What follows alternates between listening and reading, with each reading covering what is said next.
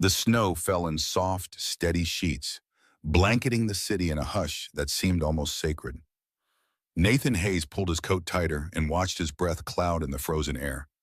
7-year-old Lily skipped beside him, her red mittens stark against the whiteness, her voice carrying in the quiet street as she chattered about the Christmas morning pancakes they would make tomorrow. Strawberries and whipped cream shaped like Santa's beard. Special syrup warmed just right. Traditions they'd kept alive even after Rebecca's passing 3 years ago. Nathan nodded, smiling down at his daughter. Her excitement was infectious, pushing back against the heaviness that always settled in his chest during the holidays. Rebecca had loved Christmas, had transformed their home into a wonderland of lights and greenery, had filled the air with cinnamon and pine. Now he did his best to maintain those traditions, to keep her memory alive in the small details. Grocery bags swung from his left hand, flour, butter, fresh strawberries for tomorrow's breakfast. His right hand held Lily's, warm even through their gloves. They were nearly at the car when Lily suddenly stopped, her gaze fixed on something across the street. "Daddy, why is the poor little girl selling bread on Christmas Eve?" Those 12 words shattered the peaceful moment, jerking Nathan's attention to where Lily pointed. Outside the bakery entrance stood a child, no more than 9, wearing a thin jacket that hung loose on her tiny frame. A small basket of bread dangled from her arm. Even from this distance, Nathan could see she was shivering, her shoulders hunched against the cold. "Please, fresh bread." The girl's voice barely carried across the street, a whisper quickly swallowed by the falling snow. Nathan watched as a couple hurried past her, eyes deliberately averted. Then a businessman, phone pressed to his ear, stepped around her as if she were nothing more than a street lamp. Invisible, but not to Lily, and suddenly not to Nathan. "She looks cold, Daddy. Really, really cold. Like how I felt that time we got locked out and had to wait for the locksmith." But worse, something twisted in Nathan's chest, recognition perhaps. In his work as a county social worker, he'd seen too many children in desperate circumstances. But on Christmas Eve, right here in their comfortable suburb, he scanned the area looking for an adult who might be supervising the child. No one. "Wait here, sweetheart." Nathan guided Lily to stand by the cafe window, its warm light spilling onto the sidewalk. "Stay where I can see you." He crossed the street, snow crunching beneath his boots. The girl tracked his approach, her body tensing slightly. Her eyes, large, brown, and far too wary for her age, assessed him with the calculation of someone accustomed to needing escape routes. The fight or flight response of a frightened animal. Nathan stopped a respectful distance away, then crouched down to her eye level. This close, he could see the purple shadows beneath her eyes, the chapped lips, the way she shifted her weight from foot to foot to keep warm. Her right shoe had a visible hole, wrapped in what looked like plastic grocery bags secured with rubber bands, makeshift waterproofing assembled from garbage and desperation. "Hi there." His voice gentle, non-threatening. "What's your name?" Those brown eyes studied him for a long moment. "Eden." "Eden? That's a beautiful name." "I'm Nathan. How long have you been out here?" "Since noon." Nathan checked his watch. 7:43 p.m. Nearly 8 hours in the freezing cold. He felt sick. "Where are your parents, Eden?" Something flickered across her face, pain quickly hidden. "My uncle takes care of me." "And where is he?" Eden's gaze shifted toward the tavern across the street. Through the grimy window, Nathan could make out a figure slumped over the bar, surrounded by empty glasses. Rage, hot and sudden, flooded his chest. He forced it down. "Not now, not in front of this child." "Eden, how often do you do this? Sell bread?" "Every day after school. Weekends all day." She said it matter-of-factly, like other children might talk about soccer practice. "And if you don't sell everything?" Her silence was answer enough. "Where do you get the bread?" "The bakery." She pointed to the closed shop behind her. "Mr. Emil gives Uncle Ronald day-old bread for cheap in the morning. I have to sell it for $5 each. Uncle Ronald says it builds character." "Character?" Nathan's jaw clenched, teeth grinding together. His eyes drifted back to the tavern, where Eden's uncle continued drinking, oblivious or uncaring that his niece was freezing on a street corner. 3 loaves remained in her basket. $15. $15 standing between this child and whatever waited for her in that tavern. Nathan pulled out his wallet, then stopped. Simply buying the bread would solve nothing. Tomorrow she'd be back, and the next day, and the next. "Lily!" he called. His daughter bounced over, curious eyes moving between her father and the girl with the bread. "I want you to buy Eden's bread. All of it." He handed Lily a $20 bill, watched as she solemnly presented it to Eden. "Here you go. Merry Christmas." Lily's smile was pure sunshine. Eden's eyes widened.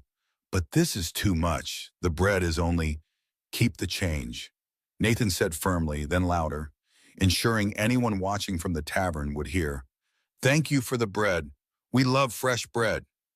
He took the loaves, placed them carefully in his grocery bag, then handed the empty basket back to Eden. "Now you can go back, right? You sold everything." Eden nodded, but the resignation in her eyes made Nathan's chest ache. She knew this was temporary. They both did. "Wait." Nathan pulled out his business card. "Eden, I want you to remember something, okay? If things ever get bad, if you need help, you call this number." Day or night, Eden took the card, her fingers trembling from cold or emotion. Nathan couldn't tell. She studied it carefully, then tucked it deep into her pocket. "Promise me. Promise you'll call if you need help. I promise," Eden whispered. She took 3 steps toward the tavern, then turned back. "Mr. Nathan, nobody ever asked my name before, when they buy bread, I mean. They just take it and go. So thank you for asking." The words hit Nathan like a physical blow. How many people had walked past this child, purchased her bread, and never even wondered who she was? As she walked toward the tavern, each step smaller than the last, Lily tugged on Nathan's coat. "Daddy, why does she have to go back there? Why can't she come with us?" The question pierced something deep in his chest. For a moment, he saw another face. Rebecca's face, pale and beautiful even in those final days. She would have already been halfway to that tavern, ready to fight whoever she needed to fight. "We protect the vulnerable. Always. That's what makes us human." Her voice, clear as day in his memory. "It's complicated, sweetheart." He finally answered, though the words tasted like ash. That night, after Lily had gone to bed, Nathan couldn't sleep. He sat at his kitchen table, laptop open, searching. Eden Matthews. There had to be something. Some record. A newspaper article from 2 years ago. House fire claims lives of Timothy and Sarah Matthews. Faulty space heater blamed. 9-year-old daughter survives. Custody granted to uncle. The accompanying photo showed a different Eden, smiling, held between 2 loving parents. Before. This was before. Nathan clicked through more articles, piecing together the tragedy. No other relatives. Ronald Matthews, the uncle, had been their only option. A bachelor with no experience raising children. But family was family. The courts had decided family was family. Another article, this one from 6 months ago, a small mention in a school newsletter about students selling items for fundraising. There was Eden, same basket, standing outside a different store. The article praised students for their entrepreneurial spirit. Entrepreneurial spirit. They had no idea. Nathan's phone sat on the table beside him.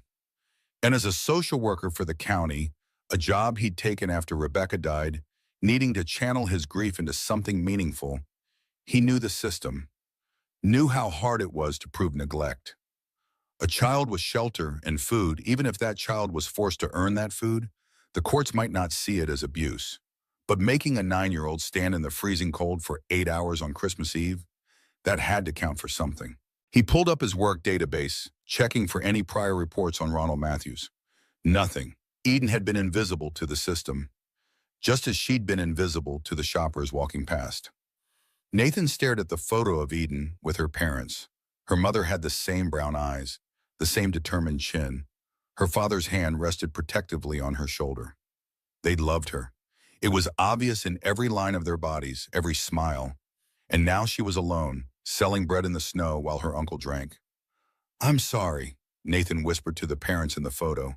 "I'm sorry we failed her. But I won't fail her again." 3 days passed.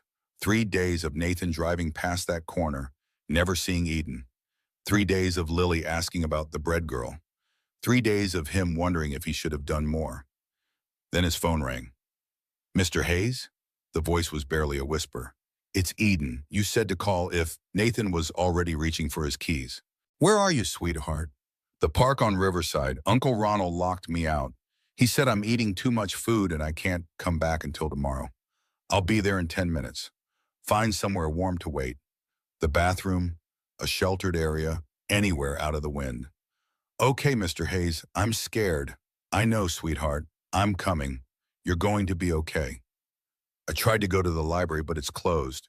And the coffee shop manager said I can't stay without buying something. "I don't have any money. Uncle Ronald took the 20 from Christmas Eve. He said I must have stolen it because nobody pays that much for bread." Nathan found her on a bench, knees drawn to her chest, shivering so violently he could hear her teeth chattering from 10 feet away.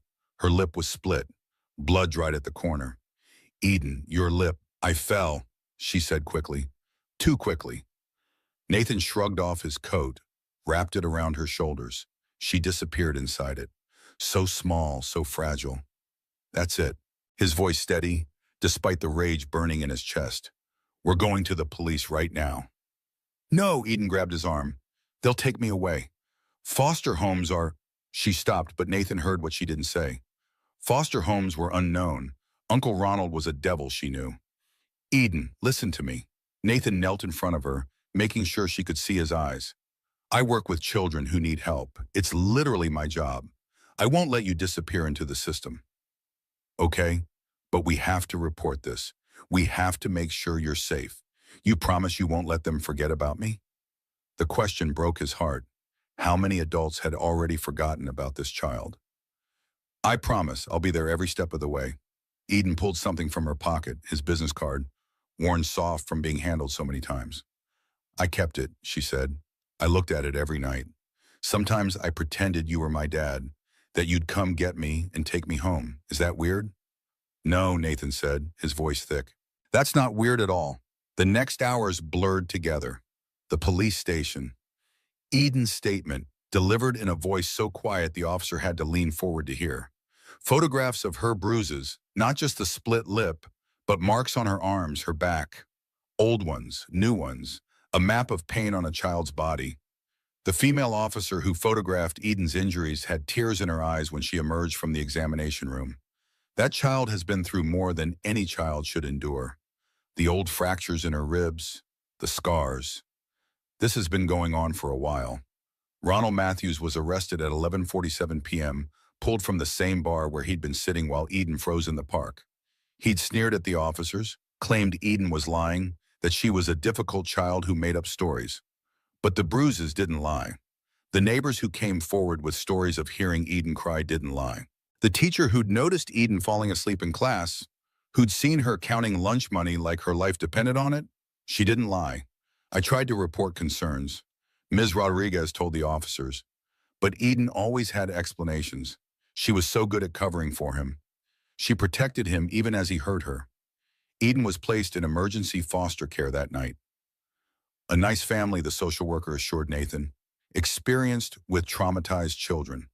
But as Nathan drove home, Eden's card, the one he'd given her, clutched in his hand like a talisman she'd returned to him for safekeeping. He knew this wasn't over. It couldn't be over. "Daddy?" Lily was supposed to be asleep, but there she stood in her pajamas, rubbing her eyes. "Did you find the bread girl?" "I did, sweetheart. Is she okay?" Nathan thought about lying, about protecting his daughter from the harsh realities of the world. But Rebecca had always said honesty, age-appropriate honesty, was better than pretty lies. "She's safe tonight, but she needs a lot of help." Lily patted over, climbed into his lap. "Can we help her?" "I'm going to try." "Good. Mommy would help her too." Nathan's throat tightened. "How do you know that?" "Because Mommy always helped people. That's why she became a nurse. She told me before she went to heaven, she said helping people is what hearts are for." Sometimes Lily remembered things about Rebecca that Nathan had forgotten she'd been old enough to understand. 4 years old when Rebecca died, but somehow she'd absorbed her mother's spirit, her compassion. "You're right," Nathan said, kissing the top of her head. "Mommy would definitely help. Then we have to help extra much," Lily said with the logic of a 7-year-old. "We have to help for us and for Mommy." The foster home was nice, clean. The foster parents, Jim and Patricia Wilson, were kind people who'd been doing this for 15 years. But when Nathan visited Eden the next week, she looked diminished, like someone had turned down her volume. "How are you doing?" he asked, sitting across from her at the kitchen table. Eden shrugged. "It's fine." "Eden, it's fine," she repeated louder this time. "I have food, a bed, it's fine." But her eyes said something different.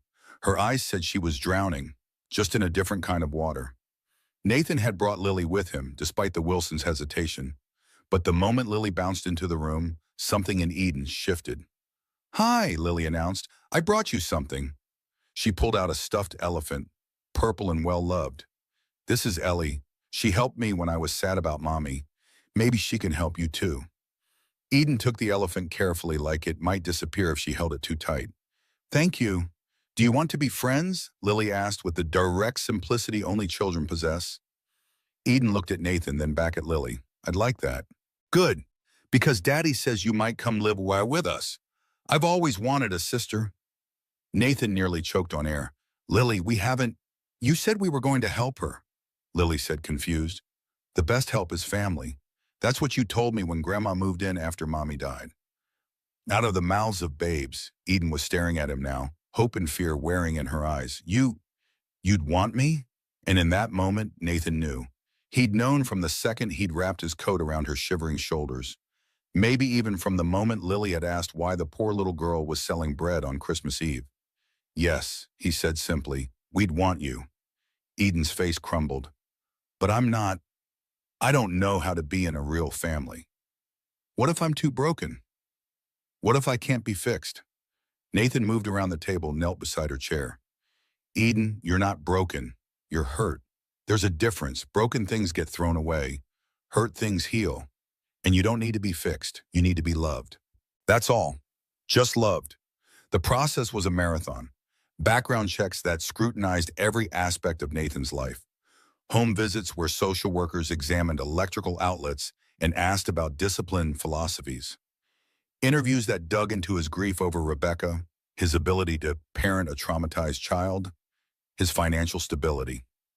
"Mr. Hayes," said one social worker during a particularly grueling interview, "you're a single father who lost his wife relatively recently. Are you sure you're ready to take on a child with significant trauma?" "I'm a single father who knows what loss feels like," Nathan responded quietly. "I understand grief, I understand pain, and I understand that healing happens in community, not isolation. Eden doesn't need a perfect family. She needs a real one." Nathan faced another challenge, one he hadn't anticipated. As a county social worker involved in Eden's case, there was a clear conflict of interest in him becoming her foster parent or adoptive parent. After consulting with his supervisor, Susan Parker, Nathan made a difficult decision. He would transfer to a different role within the social services department, a community program coordinator position that would remove him from direct casework. The pay was slightly less, the hours different, but it would eliminate the ethical conflict. It wasn't an easy transition. Nathan had found purpose in directly helping children in crisis. But for Eden, he was willing to make the change. Being familiar with the system helped in other ways. Nathan knew what they needed to hear, knew how to navigate the bureaucracy, but it still took time, precious time, during which Eden remained with the Wilsons, visiting the Hayes home on weekends. During those visits, Nathan watched Eden slowly begin to unfold. Not completely, there were still walls, still wariness in her eyes. But there were moments, like when she and Lily built a blanket fort in the living room, giggling as they strung Christmas lights inside it.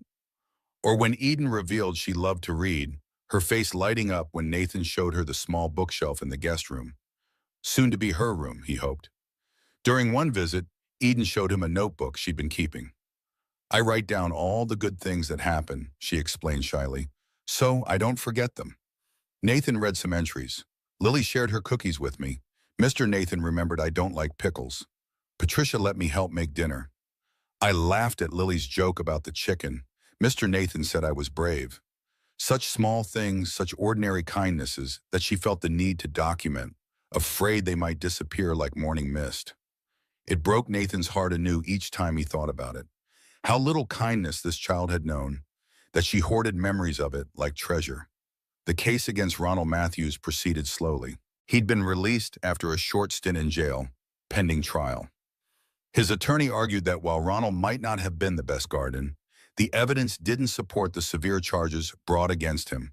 Eden's documented injuries could have come from childhood accidents, they claimed. The locked-out incident was a misunderstanding. Nathan was furious, but not surprised. These cases were always harder to prove than they should be. Then came the twist he hadn't seen coming. Ronald filed a counter-petition, arguing that he wanted custody of Eden back, that she belonged with family, not strangers, that he could do better now that he was in counseling.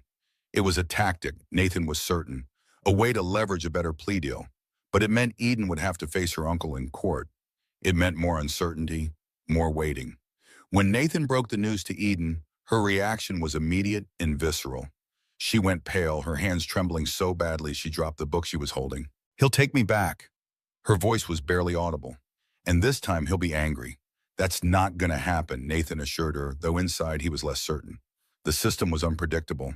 Despite his years working within it, Nathan had seen too many children return to dangerous homes because blood ties were valued above safety. That night, after Eden had returned to the Wilsons, Nathan sat on his back porch, staring up at the stars. The same stars Rebecca had loved to name for Lily. The same stars that now seemed cold and distant. "I don't know if I can do this," he whispered to the night air, to Rebecca's memory. "I don't know if I'm strong enough to fight this fight." The wind rustled the trees, carrying no answer. But Nathan felt something settle in his chest, resolve perhaps, or the certainty that sometimes the fights that seem impossible are the only ones worth having. The next day at work, Nathan found an ally in Detective Anna Garcia, who had been assigned to Eden's case. A veteran officer with 20 years' experience in family crimes, Garcia had seen too many cases like Eden's. "This uncle is playing games," she told Nathan over coffee. "He doesn't want the girl. He wants to avoid jail time. But I've got a few ideas."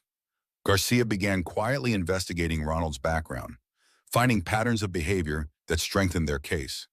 Bartenders who'd heard him complain about his burden of a niece. Neighbors who'd seen Eden coming and going at odd hours, always alone, often underdressed for the weather. A landlord who'd noticed Ronald cashing Eden's survivor benefit checks the day they arrived, only to disappear to the bar shortly after. It was circumstantial, but it was building a picture. A picture of a man who saw his niece not as a child to protect, but as a source of income to exploit. Then came the breakthrough. Sin. Rodriguez, Eden's teacher, found an essay Eden had written months before, tucked away in her desk. A creative writing assignment about my hero. Eden had written about her mother, about how she taught Eden to make her bed with hospital corners, to always say please and thank you, to never go to sleep angry. And in the margin, almost as an afterthought, Eden had written, "Mommy would be mad that Uncle Ronald makes me sell bread. She always said children should play, not work. But I can't tell him that, or he gets the belt." It wasn't just evidence, it was Eden's voice, preserved on paper, telling a truth she'd been too afraid to speak aloud. With this new evidence, the prosecutor felt confident moving forward with stronger charges. Ronald's attorney began making noises about a plea deal. Things were finally moving in the right direction, until Eden disappeared. The call came on a Tuesday afternoon. Eden had gone to school that morning, but never returned to the Wilsons' home. Patricia had called the school, who confirmed Eden had attended all her classes. But somewhere between the school gates and the bus stop, she had vanished. Nathan's blood ran cold when he got the call. His first thought, the thought that sent ice through his veins, was that Ronald had taken her, had somehow convinced her to go with him, or worse, had forced her. But Ronald was accounted for. Detective Garcia confirmed he'd been at work all day, nowhere near Eden's school. So where was she? Nathan joined the search, driving through neighborhoods near the school, checking parks and libraries, anywhere a child might go. As afternoon faded into evening and rain began to fall, his panic grew. Where would a frightened 9-year-old go on a cold, wet day? Where would she feel safe? The answer came to him suddenly, like a flash of lightning. The park. The park where he'd found her that night, shivering on the bench. It was a place she knew, a place that, however terrible, had led to rescue once before. Nathan drove there, windshield wipers fighting against the increasing downpour. The park was deserted, swings moving ghost-like in the wind, slides slick with rain. No sign of Eden. He was about to leave when he noticed the playground equipment, a castle-shaped structure with a covered turret at the top, sheltered from the rain. Nathan climbed the wet ladder, his heart pounding. And there she was, huddled in the farthest corner, Lily's purple elephant clutched to her chest, soaked to the skin and shivering. Eden. The relief in his voice was palpable. Eden, we've been so worried. She looked up, her face streaked with tears and rain. I heard them talking. At school, they said Uncle Ronald might get me back, that the judge believes in keeping families together. Nathan moved closer, crouching down to her level. Who told you that? The counselor was talking to my teacher. I was outside the door. I heard them. Eden's voice cracked. I can't go back to him. I can't. I'd rather stay out here forever. Nathan sat beside her, his back against the plastic wall. You're not going back to him, Eden. I promise you that. You can't promise. Nobody can. Judges decide, and judges think uncles are better than strangers. Her words were eerily adult, reciting facts she'd clearly overheard. Then we won't be strangers, Nathan said firmly. We already aren't. You know me. You know Lily. You're part of our family already, in all the ways that matter. Eden looked at him, really looked at him, searching his face for any sign of deception. Why do you care so much? Why me? The question hung in the rain-damp air between them. Nathan thought about all the possible answers. Because it's my job. Because anyone would. Because Rebecca would have wanted me to. All true, but not the whole truth. Because from the moment Lily asked why you were selling bread in the snow, I couldn't look away. Because I recognized something in you.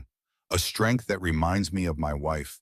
A vulnerability that reminds me of my daughter. Because sometimes people come into our lives exactly when we need them, even if we don't know we were looking. But what he said was simpler. Because you matter, Eden. Because every child matters. And because I think maybe we could be good for each other. Eden was quiet for a long time, the only sound the patter of rain on the plastic roof above them.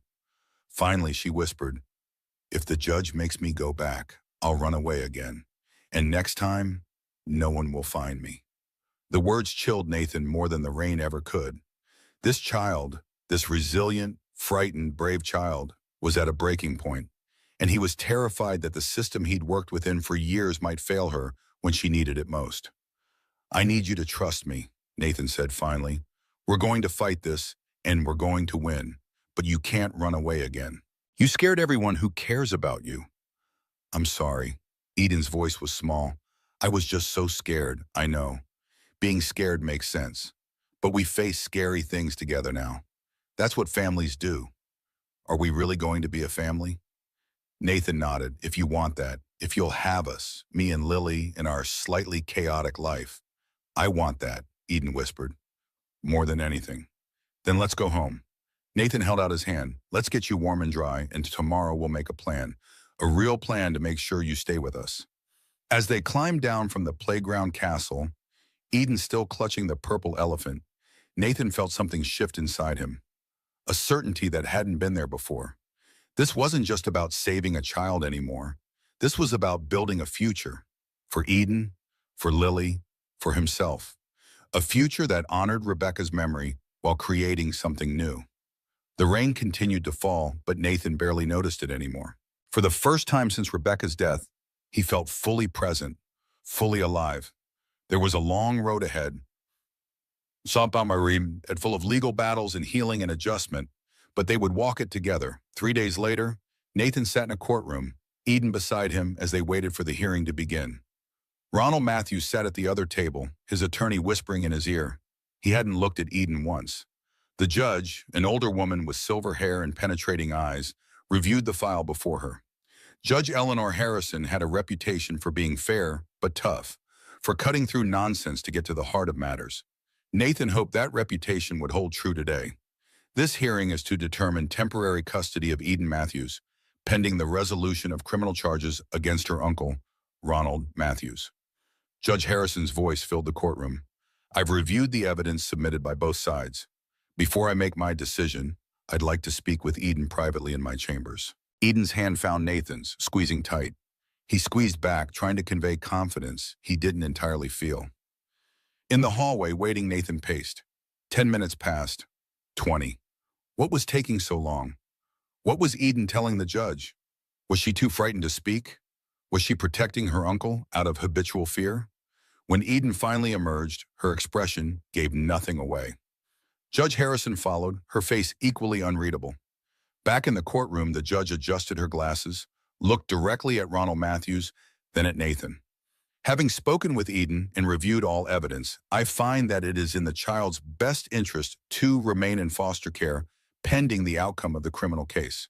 Furthermore, I am approving Mr. Hayes' petition to become Eden's foster parent with the goal of eventual adoption if circumstances warrant. Nathan felt Eden sag beside him, relief making her boneless. He put an arm around her shoulders, steadying her. Mr. Matthews. The judge turned her stern gaze to Ronald.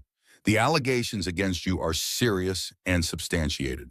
While you are entitled to the presumption of innocence in criminal court, this is family court, where the standard is the best interest of the child, and it is clearly not in Eden's interest to return to your care at this time. Ronald's face darkened. She's making things up. She's always been difficult, ever since the fire. Judge Harrison held up a hand, silencing him. Mr. Matthews, I suggest you speak with your attorney before saying anything further that might compromise your criminal defense. This hearing is adjourned. As they left the courtroom, Eden walked as if in a daze. Nathan guided her with a gentle hand on her shoulder, hyper-aware of the responsibility he'd just taken on. Not just legal responsibility, but emotional, spiritual. The responsibility to help this child heal, to help her believe in safety again, to help her become the person she was meant to be. Nathan called Lily from the car, put her on speaker so Eden could hear. The judge said, "Yes, sweetheart, Eden's coming to live with us." Lily's squeal of delight filled the car. When? When is she coming? Today. We're on our way home now. Eden listened to Lily's excited chatter, a small smile playing at the corners of her mouth. When Nathan hung up, she turned to him. She's really happy about this? She really is, Nathan assured her. Lily's been asking about you every day. She's already cleared half her bookshelf for your books and wants to know if you like pink or purple better for your bedroom wall. I like yellow, Eden said softly. Like sunflowers. They always turn to face the sun, no matter what. Then yellow it is. As they drove toward home, they're their home now, Nathan found himself thinking about those sunflowers. How resilient they were. How determined to find the light. How like Eden in that way. A child who had endured darkness but still sought the sun. Ronald's criminal trial was still ahead. The adoption process would take months, maybe a year. There would be adjustments, difficulties, setbacks. But in that moment, driving home with Eden beside him, Nathan felt something he hadn't felt in a long time. Hope. Pure, unmixed hope for the future. When they pulled into the driveway, Lily was waiting on the porch, bouncing with excitement despite the cold. Beside her stood Nathan's mother, Laura, who had moved in after Rebecca died to help with Lily and had stayed because none of them could bear to be apart. Nathan watched as Lily threw her arms around Eden, as his mother welcomed her with gentle warmth, as Eden's stiff posture gradually relaxed. He thought of Rebecca, of how much she would have loved this moment, of how, in a way, she had created it, through the compassion she'd instilled in their daughter, through the values she'd woven into the fabric of their family. You were right, Bex, he thought, looking up at the winter sky. We protect the vulnerable. That's what makes us human. The placement day was April 15th. Nathan thought with dark humor how appropriate that was, since he was about to claim the most important deduction of his life. Eden stood in the doorway of what would be her room. They'd painted it soft yellow. Lily had made a banner, "Welcome home, Eden," in rainbow colors. "It's really mine," Eden whispered. "It's really yours," Nathan confirmed.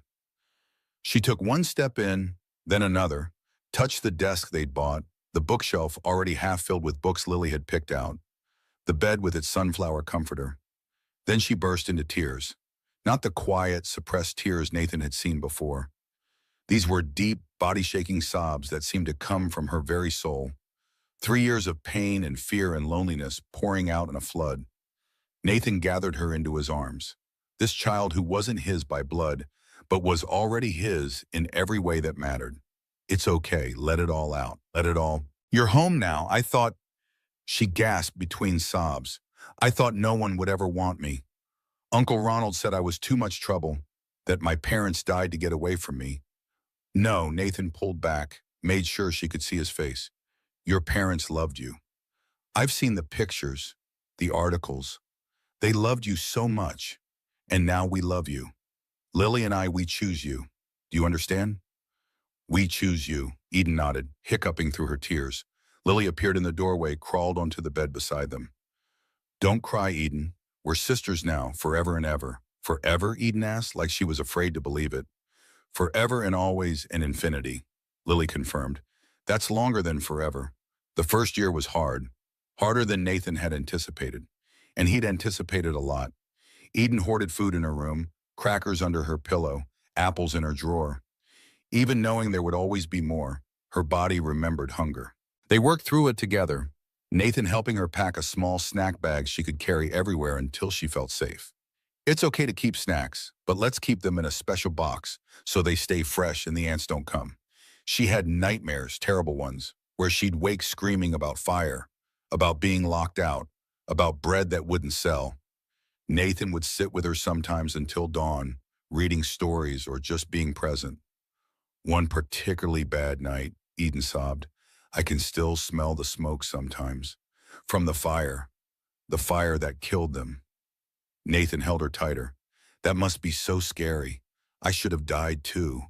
Then I wouldn't have had to go with Uncle Ronald. No, Nathan said firmly. You survived because you were meant to. Because Lily needed a sister. Because I needed another daughter. Because you have important things to do in this world. She flinched at raised voices, apologized constantly, asked permission for everything. To get water, to use the bathroom, to exist. But slowly, so slowly, she began to heal. The first time she laughed, really laughed, not just a polite smile, was when Lily attempted to make pancakes and somehow got batter on the ceiling. Eden's laughter started as a giggle, then grew into something beautiful and free. The first time she called him Dad was an accident. She was asking for help with homework, frustrated with fractions, and said, Dad, I don't understand this. Then she froze, eyes wide with fear. I'm sorry, I didn't mean Eden. Nathan's voice was thick with emotion. You can call me whatever feels right. Dad, Nathan, Mr. Nathan, hey you, whatever makes you comfortable. She thought about it for a long moment. Dad feels right, she said quietly, testing the word. Dad feels right. The legal adoption was finalized on Christmas Eve, exactly a year after they'd first met. Judge Harrison, the same woman who had granted Nathan temporary custody, reviewed the paperwork one last time. Mr. Hayes, it says here you're requesting to legally adopt Eden Matthews, to give her your last name, and to assume all parental rights and responsibilities. Yes, Your Honor. And Eden, you understand what this means? That Mr. Hayes will legally become your father? Eden, wearing a new green dress Lily had picked out, nodded. Yes, Your Honor, he already is my father. This just makes it official for everyone else. Judge Harrison's eyes misted slightly. In my 30 years on the bench, I've overseen many adoptions, but there's something special about a family that chooses each other. Mr. Hayes, what you've done is extraordinary. Nathan shook his head. No, Your Honor, I just did what anyone should do. I gave a child a chance. That's where you're wrong, the judge said. Most people buy the bread and walk away. You changed a life. She signed the papers with a flourish. By the power vested in me by the state of Minnesota, I hereby grant the petition for adoption. Eden Matthews is now legally Eden Hayes. Congratulations to your family. We're officially sisters, Lily announced, laughing through tears. Then Eden turned to Nathan, this child who'd once stood invisible in the snow, and said the words he'd never dared to hope to hear. Thank you for saving me, oh sweetheart, Nathan said, pulling both his daughters close. Thank you for saving us. Because the truth was, Eden had saved them. In the years since Rebecca's death, before meeting Eden, Nathan and Lily had been surviving, going through the motions, maintaining traditions that felt hollow without her. But Eden had brought something back to life in their house. Not a replacement for what was lost, but something new, something beautiful born from tragedy. She'd given Lily a sister, someone to protect and love and argue with over bathroom time. She'd given Nathan a purpose beyond his grief, a reason to be better, stronger, more present. And perhaps most importantly, she'd shown them that love wasn't finite. It didn't divide when shared, it multiplied. The rain had finally stopped by the time Nathan pulled into the Wilsons' driveway. The modest two-story house looked warm and inviting with its lights glowing against the early evening darkness. Patricia Wilson greeted them at the door, her round face creased with concern. "Eden, sweetheart, we were so worried," her voice gentle but strained. "The police have been looking everywhere." Eden kept her gaze fixed on the welcome mat, shoulders hunched. "I'm sorry for causing trouble." Patricia's eyes met Nathan's over Eden's head, a silent conversation between adults who understood the fragility of the moment. "We're just glad you're safe. Why don't you go get your things? Nathan is here to take you to your new home." Eden looked up then, uncertainty flickering across her face. "Already? Today?" Nathan nodded. "Unless you need more time?" A tiny head shake, then Eden disappeared upstairs, footsteps quick and light. Patricia led Nathan to the kitchen where Jim Wilson sat at the table, nursing a cup of coffee. The Wilsons had been fostering children for over 15 years, had seen nearly every variation of childhood trauma. Their home was clean and organized, walls decorated with photos of the many children who had passed through their care. "She's been pulling away." Jim's weathered face showed the strain of recent days. "After she heard Ronald might get custody back, she stopped talking to us completely. Wouldn't eat with us, wouldn't join family movie night, just stayed in her room." "We've seen it before," Patricia added. "When kids think they're leaving, they start disconnecting. It's self-protection. But running away, and that's a first for us." Nathan understood. Eden had been preparing herself for disappointment, for return to her uncle, for another upheaval. Easier to detach now than to have connections ripped away later. "Your home study was expedited?" Jim asked. Nathan nodded. "Judge Harrison put a rush on everything after what happened today. I think she realized Eden needs stability more than bureaucratic thoroughness right now. A social worker would be visiting frequently, of course, monitoring the placement, ensuring Eden was adjusting well. But the preliminary approval had come through with remarkable speed, bypassing weeks of the usual process. Eden reappeared in the kitchen doorway, a small duffel bag in one hand, a backpack slung over her shoulder. Everything she owned in the world contained in two bags. The purple elephant peeked out from the backpack's side pocket. "Is that everything?" Patricia asked gently. Eden nodded. "Thank you for letting me stay here. It was our pleasure." The older woman embraced Eden briefly. "You come visit us, okay?" Another nod, then they were walking to Nathan's car, the evening air crisp with early spring. Eden was silent during the drive, staring out the window as neighborhoods rolled by, each street bringing them closer to a future she still seemed unsure she could trust. Nathan's mother stood in the driveway when they arrived, Lily bouncing beside her. Laura Hayes had moved in after Rebecca's death, initially to help with Lily while Nathan navigated his grief. 3 years later, she was still there, a stabilizing presence for all of them. Now her steady strength would be more valuable than ever. "Eden," Lily's voice carried across the yard as she sprinted toward the car. "Did you see your room? Did you like the sunflowers? I helped paint." Eden emerged cautiously, clutching her duffel bag like a shield. Her eyes darted from Lily's excited face to Laura, then to the house itself, a modest two-story colonial with a wide front porch and window boxes waiting for spring planting. "Welcome home, Eden." Laura's smile was gentle, her eyes kind. "Are you hungry? I made lasagna." Eden's stomach growled audibly, answering for her. She flushed, embarrassed. But Laura just laughed. "That sounds like a yes to me, Dee. Let's get you settled, then we'll eat." Inside, Lily grabbed Eden's hand, tugging her toward the stairs. "Come on, I'll show you everything." Nathan watched them go, his heart constricting at the sight of his daughters, together.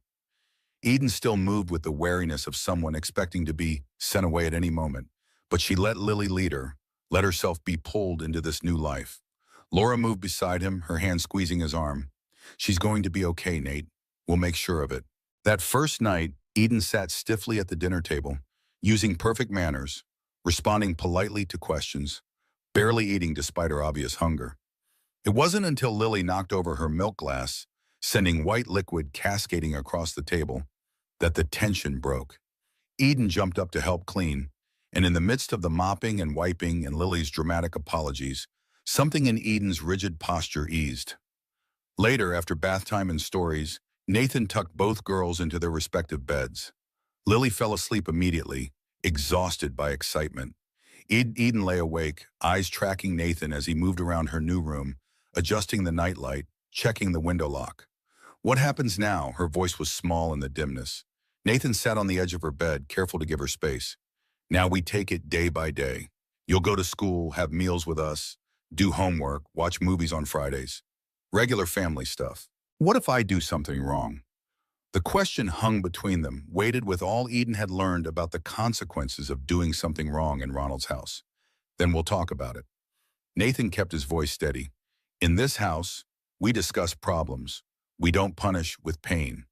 You might lose privileges, no dessert or no TV, but no one will ever hurt you. That's a promise." Eden seemed to consider this, her small face solemn in the soft glow of the nightlight. "Even if I break something expensive? Even then, what if I wet the bed?" The question came as a whisper, shameful and frightened. Nathan's heart broke anew. "Then I'll help you change the sheets. We'll get you cleaned up, and we'll go back to sleep." "It's not a big deal, Eden. Lots of kids have accidents, especially when they're adjusting to a new place. Uncle Ronald used to—" Nathan held up a hand, gently stopping her. "You don't have to tell me what he did, not unless you want to. But whatever it was, it won't happen here." Eden nodded, her fingers twisting in the sunflower-patterned comforter. "Will you leave the door open a little?" "Of course. And can Ellie stay with me?" Her hand crept toward the purple elephant sitting on the pillow beside her. "Ellie's all yours now. Always." The morning revealed the first of many adjustments they would face. Nathan woke to find Eden already dressed, bed made with military precision, sitting quietly on the floor of her room, waiting to be told what to do. It took gentle coaxing to convince her that she could go downstairs on her own, that she didn't need permission to get breakfast, that the food in the refrigerator was for everyone, including her. Each day brought new revelations about the depth of Eden's conditioning. She apologized constantly for taking too long in the bathroom, for needing new socks, for asking questions about homework. She flinched when Nathan moved too quickly, tensed when his mother raised her voice calling Lily in from the backyard. And then there was the food hoarding, granola bars tucked under her pillow, apples hidden in dresser drawers, crackers stashed behind books on her shelf. Nathan found the first cache when changing her sheets, felt the crunch of wrappers beneath the mattress. He didn't confront her directly. Instead, he bought a decorative box with a hinged lid, painted with sunflowers, and placed it on her dresser. "Eden, I got you something for your special snacks. This way they'll stay fresh, and you'll always know where they are." Eden stared at the box, then at Nathan, her face a study in confusion. "You're not mad?" "Why would I be mad? Uncle Ronald said I was stealing when I saved food." "You're not stealing, Eden." Nathan kept his voice gentle, pushing down the anger that flared whenever Ronald's cruelties came to light. "This is your home. The food here is yours as much as it's mine or Lily's. I just thought you might like a special place to keep snacks in your room for when you're worried." The next day, Nathan noticed the granola bars and apples had migrated from their hiding places to the sunflower box. A small victory, but one worth celebrating. School presented its own challenges. Eden had been attending Lincoln Elementary while living with the Wilsons. Now, with the move to Nathan's home, she faced a choice. Continue at Lincoln, which would mean a 20-minute drive each way, or transfer to Washington Elementary, where Lily was a first grader. Eden's body tensed when Nathan raised the question. "I can stay at Lincoln. It's not a problem. I don't want to be trouble." The familiar refrain, "I don't want to be trouble," had become a window into Eden's deepest fear, that too much inconvenience would result in rejection. "Eden, changing schools isn't trouble. It's just a choice." Nathan kept his voice casual, non-pressuring. "Lincoln is a great school, but Washington is closer, and Lily goes there. You could walk together. But it's completely up to you." Eden glanced at Lily, who was pretending not to listen while coloring at the kitchen table. "Would we be in the same class?" "No, silly." Lily couldn't contain herself any longer. "You'd be in fourth grade and I'm in first. But we'd have lunch at the same time. And recess." Eden seemed to consider this, weighing unknown variables in her careful way. Would anyone know? About me? The question carried layers of meaning. Would anyone know about her uncle? About the foster care? About her being new to the Hayes family? Only the teachers and principal, Nathan assured her, and only what they need to know to help you feel comfortable. In the end, Eden chose Washington Elementary. The transfer process was smooth, aided by Nathan's connections within the social services system. Her new teacher, Uishri I. Worms. Bennett was briefed on Eden's background, enough to understand her wariness, but not enough to treat her like a victim. The first parent-teacher conference came 6 weeks after Eden's placement. Ms. Bennett welcomed Nathan into her classroom with a warm smile. Academically, Eden is catching up quickly. She was behind in math, but she's working hard. And her writing, Mr. Hayes, her writing is extraordinary. Listen to this. The teacher pulled out a composition book, opening to a page filled with Eden's careful handwriting. Sometimes I think people are like stars. You can't always see them in the daylight, but they're still there. And at night, when everything gets dark, that's when they shine the brightest. My mom was a star. Even though she's gone, I can still feel her light. Nathan blinked back unexpected tears. She wrote this in class for a creative writing assignment. The prompt was, write about something invisible. Most kids wrote about air or germs. Bennett's eyes were bright with admiration. Eden is processing her experiences through her writing. It's incredibly healthy and frankly, it's beautiful. She has a gift. Driving home, Nathan contemplated this new facet of Eden. She'd always been quiet, observant. Now he understood she was also collecting words, spinning experiences into narrative, finding meaning in the chaos of her young life. That night, after the girls were in bed, Nathan sat at the kitchen table with his mother, sharing a cup of tea in the day's events. She's adjusting well, considering everything. Laura's practical nature had been a steadying force through the tumultuous months of fostering and adoption processes. Better than I expected, honestly. Nathan nodded, warming his hands on his mug. But she's still so careful, like she's waiting for the other shoe to drop. Trauma doesn't disappear overnight, Nathan. Laura had been a high school counselor before retirement. She understood the long shadows childhood wounds could cast. Eden lost her parents, then endured years of abuse. Her brain is wired to expect danger, to protect herself. It will take time for her to truly believe she's safe. What if, Nathan hesitated, voicing the fear that had been growing as Eden's case against Ronald proceeded toward trial. What if I can't protect her? What if the court makes her testify and it re-traumatizes her? What if Ronald somehow convinces a jury he's innocent? Laura reached across the table, her hand covering his. Those are a lot of what ifs. Focus on what's real right now. Eden is here. She's safe. She's healing. One day at a time, Nathan. That's how we've always done it. One day at a time had been their mantra after Rebecca died. When grief threatened to overwhelm, when single parenthood seemed impossible, when the future stretched out bleak and lonely, one day at a time had carried them through. The criminal case against Ronald Matthews proceeded slowly through the legal system. Preliminary hearings, motions filed by defense attorneys, prosecutors building their case. Nathan shielded Eden from as much of it as possible, but certain realities couldn't be avoided. Eden would need to testify. The prosecutor, Abigail Chen, was compassionate but direct when she met with them. Eden's testimony is crucial. She's the victim, the witness. Without her, we have circumstantial evidence but nothing definitive. Nathan had anticipated this, but still felt sick at the prospect. She's 9 years old. She's been through enough. I understand, Mr. Hayes. Ms. Chen's voice was gentle but firm.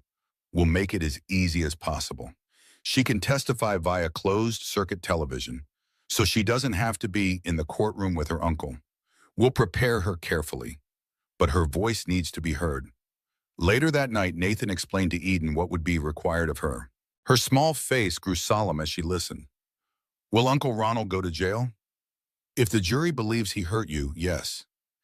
Eden was quiet for a long moment, absently stroking Ellie the elephant's worn purple fur.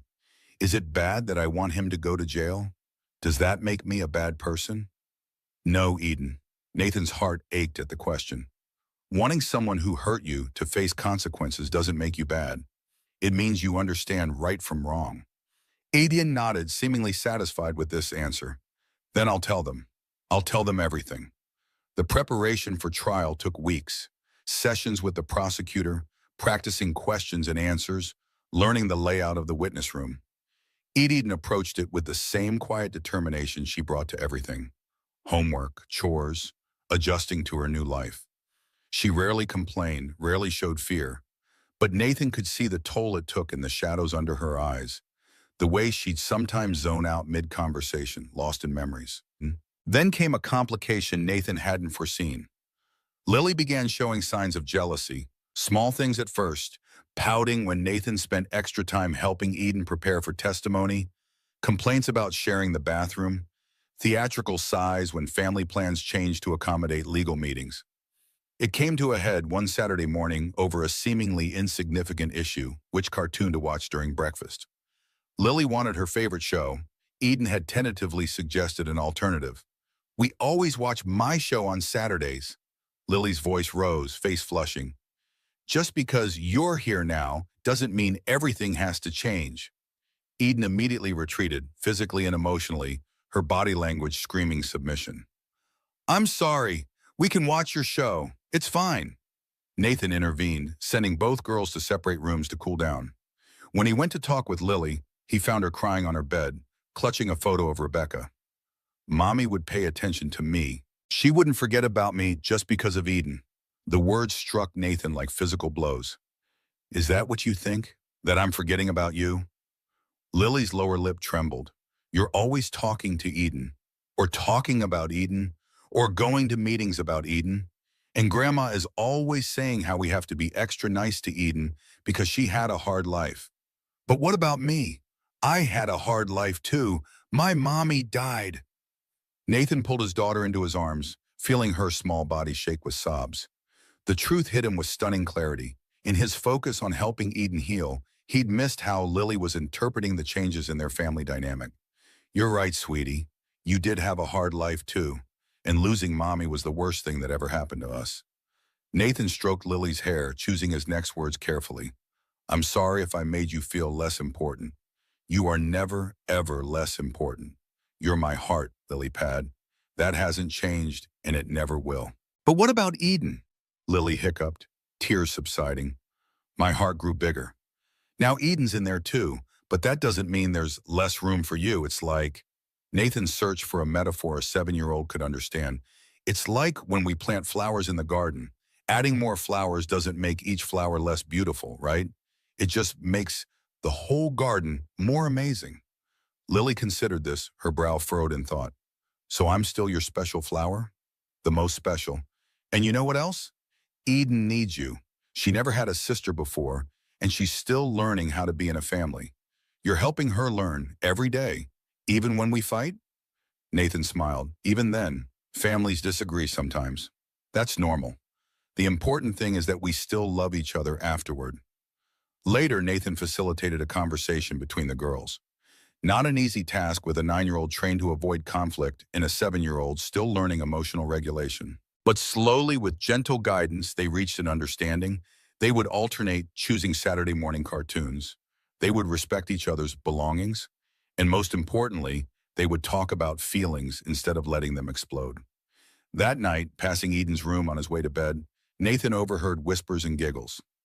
Peeking in, he saw both girls on Eden's bed, surrounded by stuffed animals arranged in what appeared to be a very serious tea party. The sisterhood was forming, despite the bumps along the way. As Eden's court date approached, her nightmares intensified. Nathan would wake to her screams, rush to her room to find her tangled in sweat-soaked sheets, eyes wild with terror.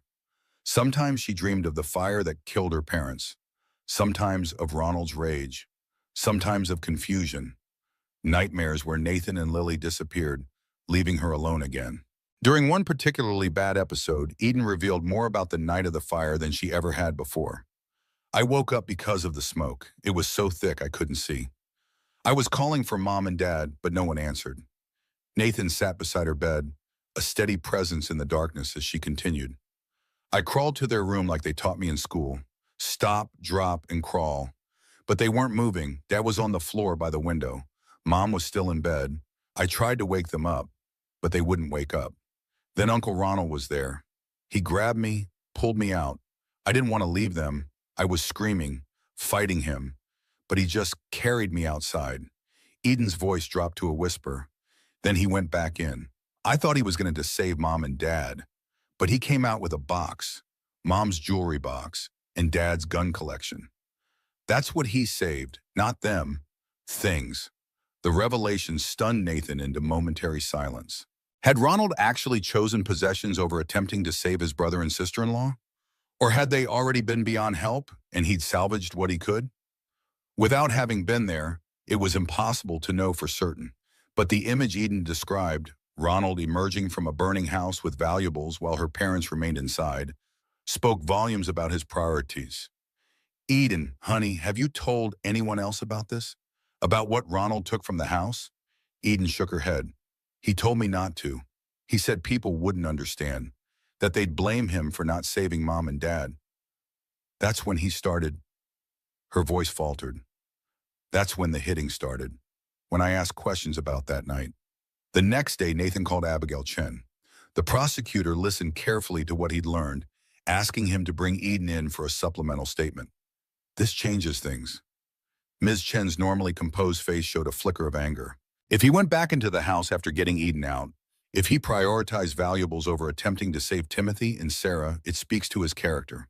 And it establishes a timeline for when the abuse began, immediately after the fire, when Eden might have exposed his actions. The trial date loomed closer. Ronald's attorney, sensing the strengthening case against his client, began making overtures about a plea deal. Nathan had mixed feelings. A plea would spare Eden the trauma of testifying, but it might mean a lighter sentence for Ronald. In the end, Eden herself made the decision. I want to tell what happened. I want everyone to know what he did. To Mom and Dad, and to me. 3 days before the scheduled trial, another crisis emerged. Eden's teacher called Nathan at work, her voice tight with concern. Eden had a meltdown during class. She's in the counselor's office now. She's calmer, but she's asking for you. Nathan found Eden curled in a corner of the counselor's soft-furnished office, knees drawn to her chest. Ellie the elephant clutched against her. Her face was blotchy from crying, her breathing still ragged. What happened, Sunshine? He knelt beside her, using the nickname that had emerged naturally in recent weeks. Eden's voice was barely audible. Mrs. Greenfield came to talk to our class.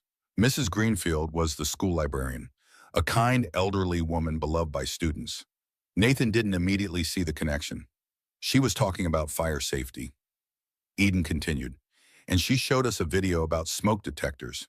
And then she said most fire deaths happen because of smoke inhalation, that people fall asleep and never wake up because of the smoke. And I remembered Mom and Dad. They looked like they were sleeping. They didn't have any burns, just the smoke. Understanding dawned. Eden had carried guilt for years. Guilt that she'd survived when her parents hadn't. Guilt that she hadn't somehow saved them. Now she was processing new information about how they had died. The school counselor, who had been quietly observing, spoke gently. Eden, would it help to talk to a doctor about how smoke affects people? To understand better what happened to your parents? Eden looked uncertainly at Nathan. He nodded encouragingly. If you want to, Sunshine. It might help with the nightmares too. That afternoon, instead of returning to class, Eden sat in Dr. Eleanor Wright's office at the County Medical Center. The medical examiner had agreed to meet with them as a professional courtesy to Nathan, whose work occasionally intersected with her department. Dr. Wright explained smoke inhalation in terms Eden could understand, how the toxic gases render people unconscious quickly, how survival depends on getting fresh air within minutes. She confirmed what Eden had begun to realize, that her parents had likely been unconscious before she ever woke up, that there was nothing a 9-year-old girl could have done to save them. So it wasn't my fault? Eden's question was a whisper. Dr. Wright's response was firm, not even a little bit. The fault lies with the faulty space heater that started the fire, and perhaps with the adults who should have ensured there were working smoke detectors in your home. On the drive home, Eden was quiet, processing. When they pulled into the driveway, she turned to Nathan, her face showing the first real peace he'd seen since meeting her. I think I'm ready now, ready to tell everyone what Uncle Ronald did, not just for me, but for Mom and Dad too. The morning of the trial arrived cold and clear. Eden wore a simple blue dress that Laura had bought for the occasion, her hair neatly braided. She would be testifying via closed-circuit television from a small room adjacent to the courtroom, with only the judge, attorneys, and a support person present. Nathan, as her adoptive father and a potential witness, would remain in the main courtroom. The separation, though necessary, filled Nathan with anxiety. Lily was spending the day with a friend, sheltered from the proceedings entirely. Laura would be in the courthouse, a reassuring presence in the waiting area for when Eden finished her testimony. Before they entered the courthouse, Nathan knelt to Eden's eye level, straightening the collar of her dress. "You are the bravest person I've ever known. Just tell the truth, exactly as you remember it. That's all you have to do." Eden's shoulders were straight, her chin lifted with quiet determination. "I will, Dad, I promise." Watching her walk away with the victim advocate, a professional trained to support children through court proceedings, Nathan felt a complicated mix of pride and sorrow. No child should have to testify about their own abuse, but Eden was facing her past with courage that humbled him. The courtroom was austere, all dark wood and hushed tones. Nathan sat in the front row, behind the prosecutor's table. Across the aisle, Ronald Matthews sat beside his attorney, hair neatly combed, wearing a suit that didn't quite fit, looking nothing like the disheveled drunk who'd left his niece to freeze on Christmas Eve. The testimony began. On the monitors positioned throughout the courtroom, Eden appeared, small but composed in the witness chair. She answered questions clearly, her voice sometimes wavering, but never breaking. She described the bread selling, the punishments for not selling enough, the nights locked out of the apartment, the beatings that came when she asked about her parents or failed to meet Ronald's expectations. Then came the crucial questions about the night of the fire. Eden recounted waking to smoke, trying to rouse her parents, Ronald carrying her out. Her voice dropped almost to a whisper as she described watching him go back into the burning house, expecting him to try to save her parents, only to emerge with the jewelry box and gun cabinet. "He told me never to tell anyone, that people wouldn't understand, that they'd blame him for Mom and Dad dying in the fire." The courtroom was utterly silent. Ronald's attorney looked stricken, clearly hearing this information for the first time. Ronald himself had gone pale, his eyes fixed on the table in front of him. Cross-examination was mercifully brief. The defense attorney, recognizing the damage Eden's testimony had done, asked only a few clarifying questions about timelines and whether Eden might have been confused about what she saw that night. Eden never faltered. "I know what I saw. I remember everything about that night." When she was finally excused, Nathan rushed to meet her in the waiting area. Eden was pale, exhausted, but there was a new lightness to her, the unburdening that comes with speaking long-held truths. By afternoon, it became clear the defense was scrambling. After a lengthy conference with his client, Ronald's attorney approached the prosecutor. They wanted a deal. The terms were quickly negotiated. Ronald would plead guilty to child endangerment, neglect, and assault. In exchange for sparing Eden further testimony, the prosecutor agreed not to pursue the most serious charges related to the fire. "Is it enough?" Nathan asked Abigail Chen as they stood in the courthouse corridor. "Will he serve time?" 4 to 6 years with mandatory counseling and addiction treatment. Ms. Chen's expression was grim but satisfied, and a permanent restraining order keeping him away from Eden. "It's not everything we might have gotten at trial, but it spares Eden additional trauma. And frankly, the fire-related charges would have been difficult to prove beyond reasonable doubt. We'd be relying solely on a child's testimony about events from 2 years ago." Nathan nodded, understanding the pragmatism of the decision. He turned to Eden, who had been quietly listening. "What do you think, Sunshine? Is this okay with you?" Eden considered the question with the seriousness she brought to all important matters. Her small face showed a maturity beyond her years as she finally nodded. "He won't be able to hurt any other kids for a long time, and he can't come near me ever again. That's what matters." The next morning, they gathered in the courtroom one final time. Ronald stood before the judge, his previous defiance gone, shoulders slumped in defeat. He entered his guilty plea in a monotone, avoiding looking at Eden, who sat beside Nathan in the gallery. When asked if he wished to make a statement before sentencing, Ronald hesitated, then turned slightly toward Eden. "I'm sorry, I didn't know how to take care of a kid. After Tim and Sarah died, I was messed up, drinking too much. But that's no excuse for what I did to you." The words hung in the air, an inadequate apology for years of abuse. Eden didn't respond, her face carefully blank. Nathan felt her small hand slip into his, squeezing tight. The judge's sentence matched the negotiated plea: 5 years imprisonment with eligibility for parole after 4, mandated substance abuse and anger management treatment, and upon release, a permanent restraining order preventing any contact with Eden. As Ronald was led away in handcuffs, Eden watched, her expression unreadable. Only when the courtroom door closed behind him did she speak, her voice so quiet only Nathan could hear. "It's really over, isn't it?" Nathan wrapped an arm around her shoulders. "It's really over. He can never hurt you again." Outside the courthouse, spring sunshine bathed them in warmth. Laura waited by the car, Lily bouncing impatiently beside her. As soon as she spotted them, Lily broke free, running to meet them. "Is the bad man going to jail?" Her question was direct, childishly blunt.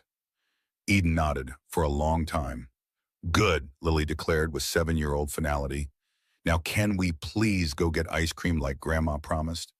The simple request, so normal, so childlike, broke the tension. Eden smiled, a real smile that reached her eyes. "Ice cream sounds perfect." As they drove to the ice cream parlor, Nathan watched Eden in the rearview mirror. She was pointing out cloud shapes to Lily, laughing at something her sister said, the weight of the courtroom falling away with each passing mile. It would be easy to think this was the end of their story, the villain punished, justice served, family intact. But Nathan knew better. The road ahead would still have its challenges. Eden's healing had only just begun. There would be more nightmares, more questions, more moments when the past reached out to touch the present. But there would also be this: ice cream on spring afternoons, sisters sharing secrets, a family built not from obligation but from choice. There would be sunflowers turning toward the light, and a child learning to do the same. And for now, for today, that was enough. I'll rewrite part 3 to create a seamless, logical continuation from parts 1 and 2, maintaining consistency with characters and events, while providing a satisfying conclusion. Here's the revised part 3 with 8,000 words. Spring sunlight flooded the courthouse steps as Eden, Nathan, and Laura emerged from the final hearing. Ronald's sentencing was complete: 5 years imprisonment, with mandatory treatment programs and a permanent restraining order upon release. Eden's face showed neither joy nor sorrow, just quiet relief. The chapter that had begun with bread sold in the snow was finally closing. The drive home was mostly silent until Lily, who had spent the morning with a friend, called on speakerphone. "Is it really over? Did the bad man go to jail?" Eden's lips curved into a small smile. "Yes, he's going to jail for a long time." "Good! Now can we please get ice cream like Grandma promised?" The simple, childish request broke the somber mood. Eden laughed, a real laugh that reached her eyes. "Ice cream sounds perfect." At the ice cream parlor, Nathan watched his daughters debate the merits of sprinkles versus hot fudge sauce. 2 years ago, Eden had been invisible, a child selling bread while the world walked past. Now she sat here, safe, arguing passionately that rainbow sprinkles were obviously superior to chocolate ones. The transformation seemed miraculous. Yet Nathan knew better than to think this was truly the end of Eden's journey. The legal battle was over, but the deeper work of healing had only begun. There would be more nightmares, more questions, more moments when the past reached forward to touch the present. But there would also be this: ice cream on spring afternoons, homework at the kitchen table, sisters squabbling over bathroom time. A family built not from obligation, but from choice. Summer arrived, bringing with it a new sense of freedom. For the first time since coming to live with the Hayes family, Eden had no court dates looming, no testimonies to prepare for, no legal sword hanging over her future. Her 10th birthday approached, the first she would celebrate without fear or scarcity. "What would you like for your birthday, sunshine?" Nathan asked one evening as they tended the backyard garden together. Eden carefully pressed a sunflower seedling into the soil. Her movements were deliberate, gentle. She seemed to be considering the question with her usual seriousness. "A camera." Her voice was soft but certain. "So I can remember everything." The request surprised Nathan, though perhaps it shouldn't have. Eden had shown a fascination with the family photo albums, particularly those containing pictures of Rebecca in the early days of Lily's life. She would study them for hours as if trying to piece together the narrative of a normal family. Laura found the solution in the attic, Nathan's old Polaroid camera, a relic from the 1980s that still worked perfectly. She presented it to Eden one rainy afternoon before her birthday. It was your dad's, Nathan's, when he was about your age. Her smile was warm, inclusive. I thought you might like to start documenting your new adventures right away. The gift touched something deep in Eden. Here was tangible permission to create memories, to expect a future worth capturing. She raised the viewfinder to her eye, focusing on Lily's beaming face, and pressed the button. The camera whirred, ejecting a small, white-bordered square. Together, the girls watched as the image slowly materialized from the chemical fog. Lily's smile, a bit of Eden's finger visible at the edge. A moment preserved, proof that this was real. The day of Eden's birthday arrived warm and golden. She had requested a small celebration. Just family, no friends from school yet. Eden was still cautious about expanding her circle, still learning to trust new people.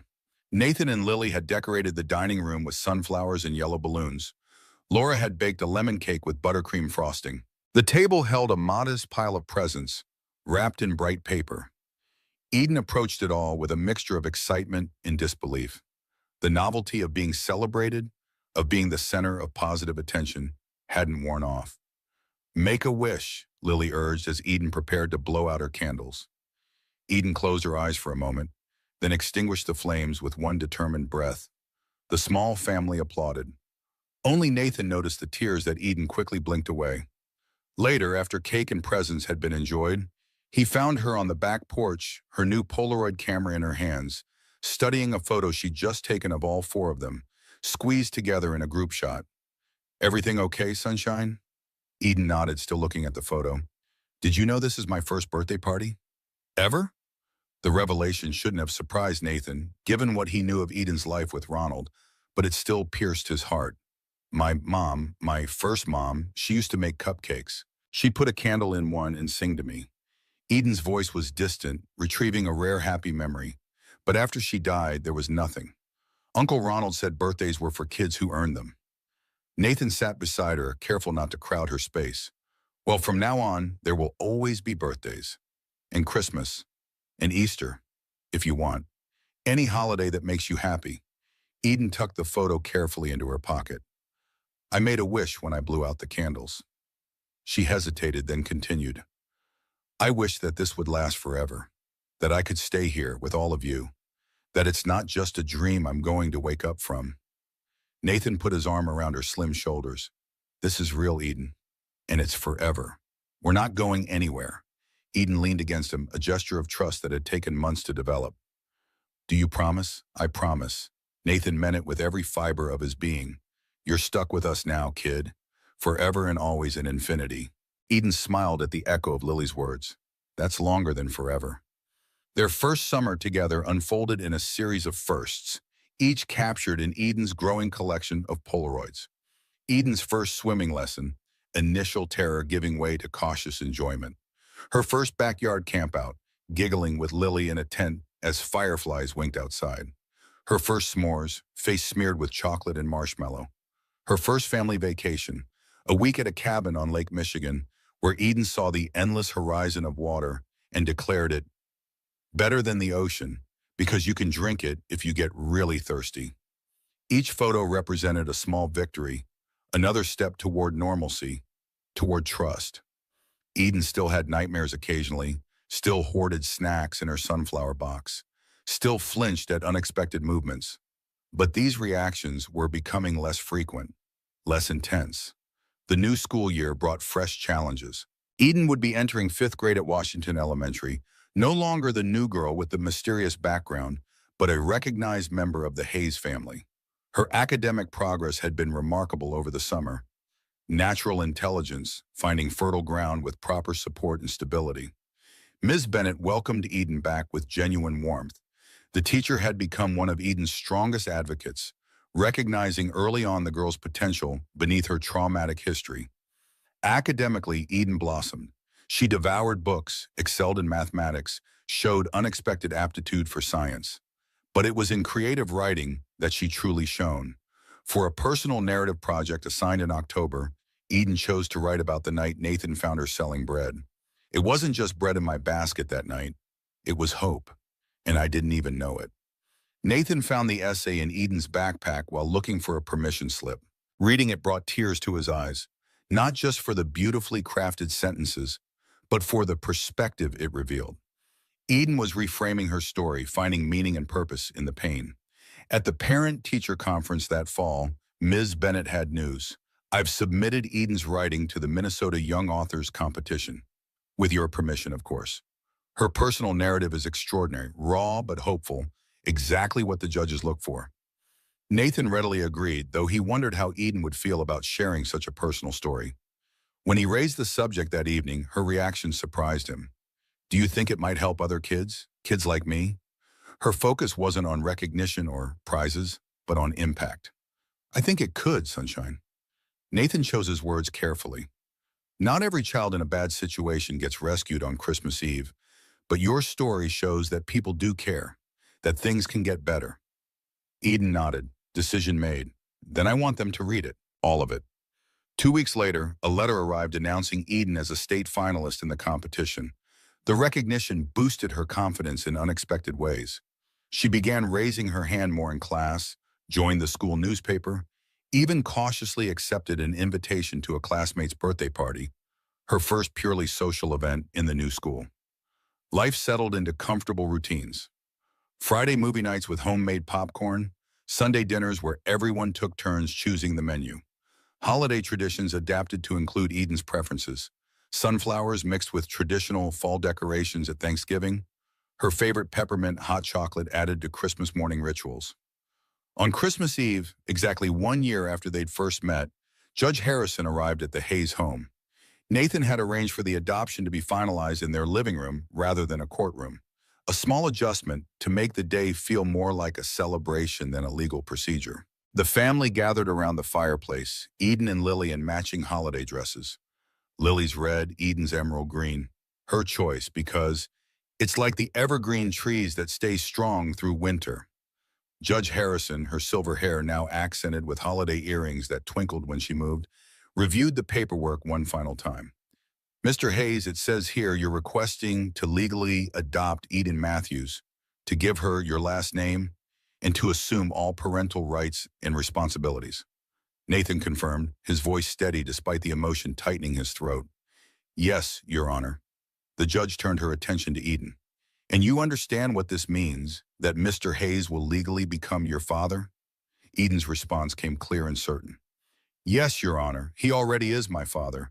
This just makes it official for everyone else. Something softened in Judge Harrison's expression. In my 30 years on the bench, I've overseen many adoptions, but there's something special about a family that chooses each other. Mr. Hayes, what you've done is extraordinary. Nathan shook his head, humbled by the praise.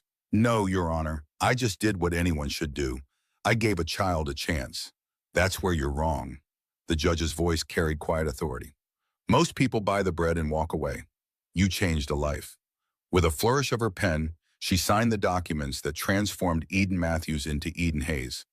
The small gathering of witnesses, Laura, the Wilsons who had driven in for the occasion, Ms. Bennett, and Detective Garcia, broke into applause. We're officially sisters, Lily announced, throwing her arms around Eden's waist. Eden turned to Nathan, her eyes bright with unshed tears. Thank you for saving me. No, sweetheart. Nathan gathered both his daughters close. Thank you for saving us. Because Eden had saved them.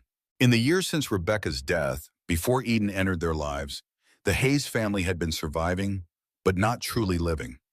They'd maintained traditions that felt increasingly hollow, moved through days marked more by absence than presence. Eden had changed that, not by replacing what was lost, but by creating something new, something different but equally precious. She'd given Lily a sister, someone to fight with and giggle with and grow alongside. She'd given Laura a second granddaughter, a new young mind eager for her stories and wisdom. And she'd given Nathan purpose beyond grief, a reminder that love wasn't a finite resource, but an expanding universe. The news story came out 3 months later, picked up from the Young Authors Competition, where Eden's narrative had ultimately placed second. Local social worker adopts girl he saved from abuse. The headline was simplistic, missing the nuance of their journey, but the article itself was thoughtfully written, focusing on the foster care system and the need for committed families. The reporter wanted to emphasize Nathan's heroism, but he redirected every time. The real hero is Eden. She survived years of abuse and neglect. She had the courage to trust again. She chose to love again despite everything she'd been through. That's heroism. The article went viral, shared across social media platforms, discussed on morning talk shows. Messages poured in from around the country, people sharing their own stories of adoption, of rescue, of choosing family. But one message stood out. It was from a woman named Margaret, a former colleague of Rebecca's at the hospital. I worked with Rebecca for 5 years. She always said, the measure of a person isn't what they do when things are easy, but what they do when things are hard. She would be so proud of what you've done, but more than that, she would be proud of who you've become. A man who sees the invisible, a father who expands love rather than guards it. Thank you for honoring her memory in the most beautiful way possible. Nathan printed the message, framed it, hung it in his home office where he could see it every day. A reminder that Rebecca was still present in the values she'd instilled, the love she'd cultivated, the family she'd helped create. Eden's 12th birthday marked another milestone, her first real party with friends from school. She'd been hesitant about the idea, worried about being the center of attention, but Lily's enthusiasm proved infectious. Just the two of us can plan everything, Lily had declared, already making lists despite being only 8. We'll have games and cake and decorations and goodie bags and... Watching his younger daughter's excitement, Nathan realized how important this was for both girls. Lily wanted to give Eden experiences she herself took for granted, and perhaps Eden was ready to embrace the simple childhood pleasures that had been denied her for so long. The party was small but joyful. 5 girls from Eden's class, carefully selected, trusted friends, plus Lily and 2 of her friends who had adopted Eden as an honorary big sister. They played old-fashioned games in the backyard, made friendship bracelets, decorated cookies, laughed until their sides hurt. Nothing extravagant, nothing that would have made Eden uncomfortable, but utterly perfect in its normalcy. As Nathan watched Eden blow out candles on a sunflower-decorated cake, he caught Laura's eye across the room. His mother's face reflected his own wonderment at how far they'd come. 2 years earlier, Eden had been selling bread in the snow, invisible to nearly everyone who passed. Now she was surrounded by people who saw her, valued her, celebrated her. That night, after the guests had gone and Lily had finally succumbed to post-party exhaustion, Eden found Nathan on the back porch. She held a small package wrapped in newspaper comics. Her first attempt at wrapping a gift herself, the tape excessive but the care evident. "What's this?" Nathan asked as she pressed it into his hands. "A thank you. For the party. For everything." Inside the messy wrapping, Nathan found a hand-decorated picture frame containing a photo taken with the Polaroid camera. It showed him and Eden sitting on the dock at Lake Michigan during their camping trip, both laughing as they dangled their feet in the water. On the frame, Eden had painted sunflowers and small purple elephants, and along the bottom, in her careful handwriting, "Family isn't who you're born to, it's who you choose to become." The words caught in Nathan's chest, a perfect distillation of their journey together. "It's beautiful, Eden. I'll treasure it always." Eden shifted, suddenly shocked. "Suddenly, there's something else I wanted to ask you. Anything, Sunshine. Would it be okay if I started writing to Uncle Ronald?" The question blindsided Nathan. Ronald Matthews was now in his second year of a 5-year sentence. He'd made no attempt to contact Eden, had signed away all parental rights without contest during the adoption process. Nathan had assumed, hoped even, that Ronald was firmly in their past. His immediate instinct was protection, to shield Eden from any further contact with the man who had hurt her. But he forced himself to pause, to consider what Eden might need that he wasn't seeing. "Can you tell me why you want to?" He kept his voice neutral, non-judgmental. Eden looked out at the darkening yard, gathering her thoughts. "Ms. Bennett says sometimes writing helps us make sense of things we can't understand. And I still don't understand why he did what he did, why he hated me so much." She hesitated, then continued, And also, I'm angry at him, really angry. But I don't want to be angry forever. It takes up too much space inside me. The wisdom in her words humbled Nathan. At 12, Eden was grappling with forgiveness. Not the easy, sentimental kind preached in greeting cards, but the complex, difficult process of releasing anger without excusing harm. If you write to him, he might write back. Are you prepared for that? For what he might say or not say?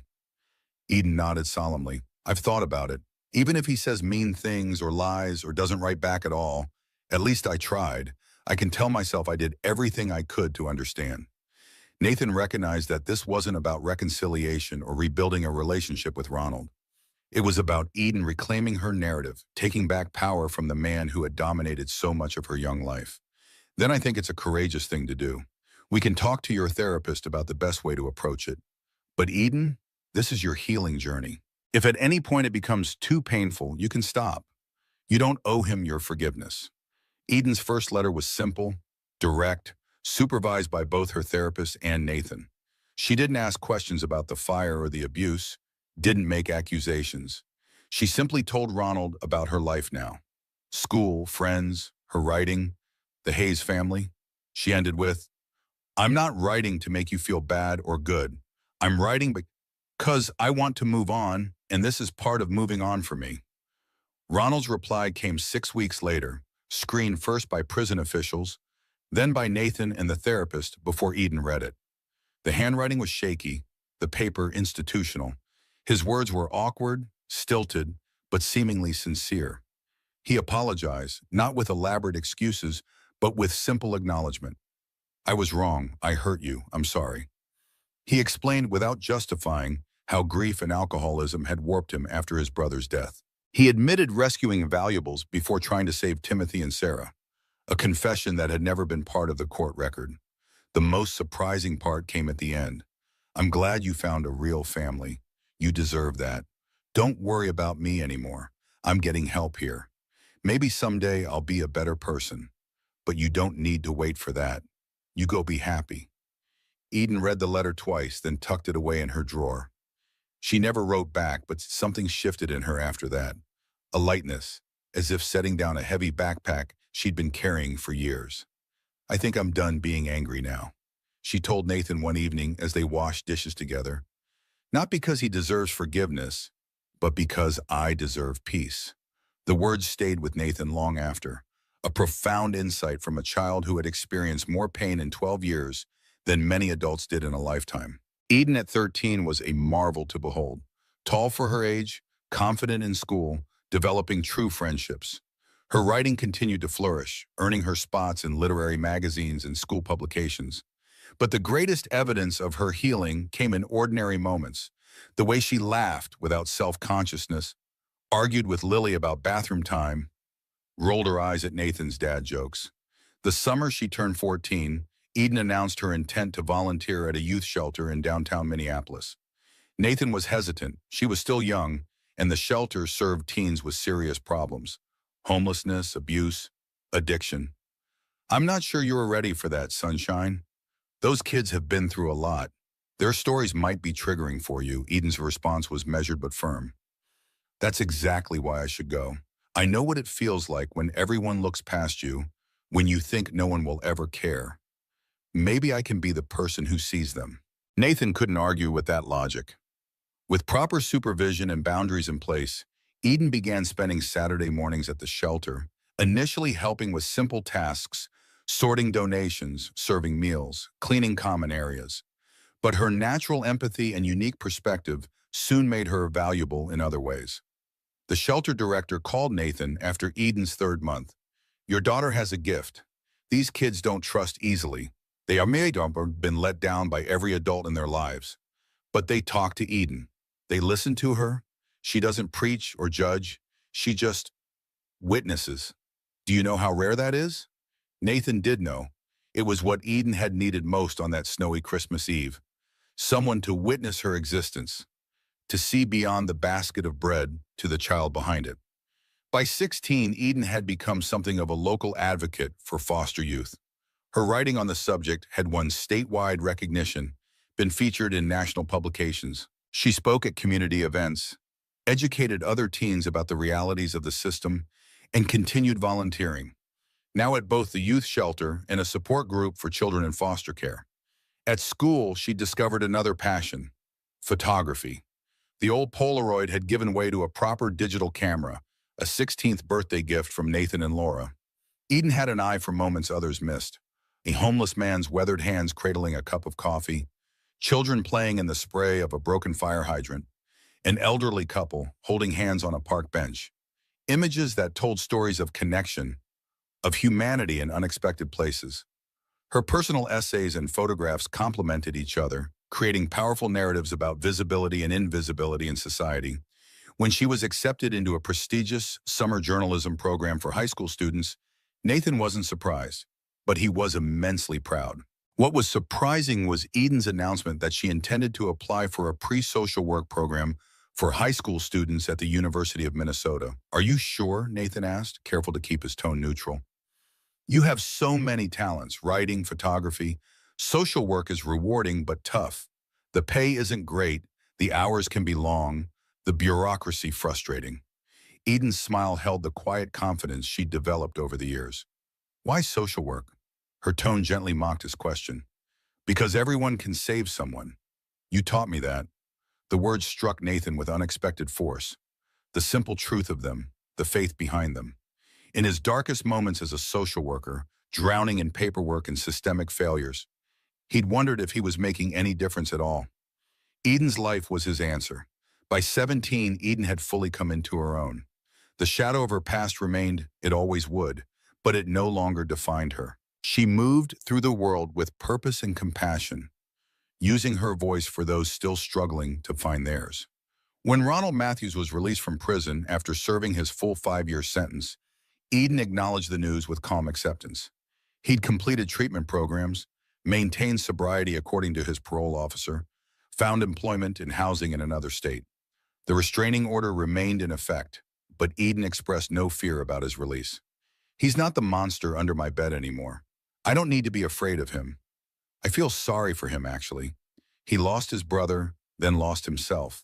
And he missed knowing me, the real me. That's his loss." The winter of Eden's senior year brought another milestone, a letter from the Minnesota Young Authors Competition, where she'd placed second years before. They were publishing an anthology of past winners and finalists, and wanted to include her personal narrative along with a "Where Are They Now" update. Eden spent weeks crafting her update, revising and polishing until she was satisfied. When she finally let Nathan read it, the words brought tears to his eyes. "7 years ago, I stood on a street corner, selling bread, invisible to almost everyone who passed. Today, I see other invisible children, in shelters, in foster homes, on street corners of their own. And I make sure they know they matter. My father taught me that everyone can save someone, sometimes with grand gestures, sometimes with small kindnesses, sometimes just by stopping to ask a child's name when no one else bothers to. I don't know who needs to hear this, but you matter. Your story matters, and someone, somewhere, is waiting to see you, really see you. Don't give up before they arrive." The anthology was published in November, just as college acceptance letters began arriving. Eden had applied to several schools with strong social work programs, but her heart was set on the University of Minnesota, where Nathan had earned his own degree. The thick acceptance package arrived on a snowy afternoon, the weather a poetic echo of the night they'd first met. Eden opened it with trembling fingers. The family gathered around the kitchen table. Her shriek of joy answered their unspoken question. "I got in, and a partial scholarship." Her face glowed with achievement, with the possibilities stretching before her. That night, after the celebration dinner and congratulatory calls to extended family and friends, Nathan found Eden in the backyard. Despite the cold, she stood gazing at the stars, breath clouding in the frigid air. He joined her silently, offering a mug of hot chocolate. Rebecca used to do this too, stand out in the cold, looking at the stars. She said it helped her think. Eden accepted the mug gratefully. "I wish I could have known her. She would have loved you." Nathan felt the truth of it deep in his bones. The way you see people, the way you fight for them, that was Rebecca all over. Eden sipped her chocolate, considering this connection to the woman she'd never meet, but whose legacy had shaped her life so profoundly. Do you think she'd be proud? Of all of us? I know she would. Nathan's certainty was absolute. She'd be proud of Lily for her kindness and spirit, proud of you for your courage and compassion, proud of me for learning that love isn't something you ration in times of scarcity. It's something you multiply in times of need. They stood in comfortable silence, watching their breath form clouds that dissipated into the darkness. Finally, Eden spoke again. I've been thinking about something for a long time, and I wanted to ask you. The hesitancy in her voice made Nathan curious. After everything they'd been through, there were few subjects Eden approached with such caution. What is it, sunshine? Every Christmas Eve, we give each other special gifts to celebrate our family anniversary. She took a deep breath. This year, I want to do something different, something bigger. Nathan waited, sensing the importance of whatever Eden was building toward. I want us to buy bread from local bakeries, dozens of loaves, and deliver them to families in need. She spoke faster now, the idea gaining momentum. But not just bread. With each loaf, a gift card, a warm coat, and a handwritten note. You are seen. You matter. Don't give up. The beauty of the idea, its perfect circularity, its transformation of trauma into healing, left Nathan momentarily speechless. It was so essentially Eden, this desire to create meaning from pain, to ensure other children wouldn't stand alone in the cold as she once had. I think that's a wonderful tradition to start. His voice was husky with emotion. A way to remember where we began and how far we've come. Eden's smile was luminous in the starlight, and maybe someday one of those loaves of bread will change another life, like mine was changed. Christmas Eve arrived cold and clear, the sky a deep velvet studded with stars. Their new tradition unfolded beautifully, the family splitting into teams to distribute bread and gifts throughout the city. They'd coordinated with shelters and community centers to identify families in particular need, ensuring their offerings reached those who would benefit most. Their final stop was a convenience store parking lot where a community outreach worker had reported seeing a young boy regularly panhandling. As Nathan pulled the car into the lot, Eden spotted him immediately. A thin figure of about 11 sitting on a milk crate, a cardboard sign reading, "Homeless, anything helps," propped beside him. "Let me go first." Eden's voice was soft but certain. Nathan watched as his daughter approached the boy, her movements deliberate, non-threatening. She crouched to his eye level, spoke quietly, offered the bread still warm from the bakery. The boy's initial wariness gave way to cautious acceptance. Then Eden did something unexpected. She reached into her pocket and pulled out one of Nathan's business cards, pressing it into the boy's hand with earnest intensity. When she returned to the car, her cheeks were flushed with cold and purpose. "His name is Marcus. He ran away from his foster placement 3 days ago. His foster father was—" She didn't need to finish the sentence. They all understood. "Did you tell him about you? About us?" Lily asked from the back seat. Eden nodded. "I told him someone helped me once on a Christmas Eve just like this. When I was selling bread in the snow, a man and his daughter saw me, really saw me, and instead of walking past, they did the unthinkable. They made me family." "That's impossible," Marcus had replied, suspicion warring with desperate hope in his young eyes. "No." Eden's response had been firm, confident. The impossible is just the right thing disguised as the hard thing. And sometimes when you do the hard thing, you discover it was actually the easy thing all along. But why would someone take in a stranger's kid? Eden had knelt down to Marcus's level, just as Nathan had once knelt to hers. Because love isn't about blood, it's about choice. Choosing to love, choosing to help, choosing to see someone who's invisible. That's not unthinkable. That's just human. The unthinkable thing would be to walk past. As they drove home through streets decorated with holiday lights, Lily asked, "Do you think Marcus will call?" "I don't know," Nathan admitted, "but he knows he can. Sometimes that's all we can give, the knowledge that someone cares."